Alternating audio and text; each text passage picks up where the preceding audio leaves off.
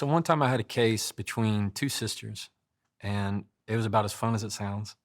Two older sisters fighting over a company. Their dad had passed away. I had one sister, another attorney friend of mine had another sister. And my client was, let's say, very level headed.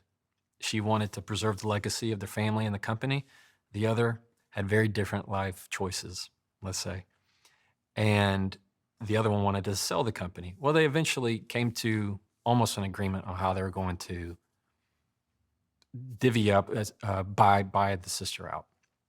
We're at mediation, and we knew that this other sister was there's no telling what she's gonna say out of her mouth.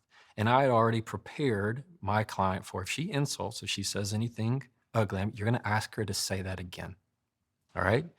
So sure enough, we get at the mediation table. We have a opening discussion, and the sister, say the more fiery sister, goes on this tirade and says how everything's against her. She hates everything, and then she looks at her sister and says, "And I've never loved you. You're dead to me anyway."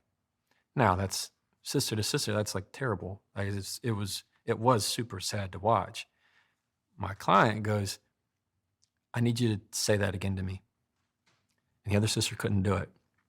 She didn't say that again because it puts them out on a ledge where they can't really, they're not going to get the effect. It's not nearly as effective when you say it the second time. The first time was through emotion, it was the amygdala. You got it. And the second time was you forcing them into the prefrontal cortex to make a logical, You got it. yeah. Now they have to think, does this make sense for me to say again?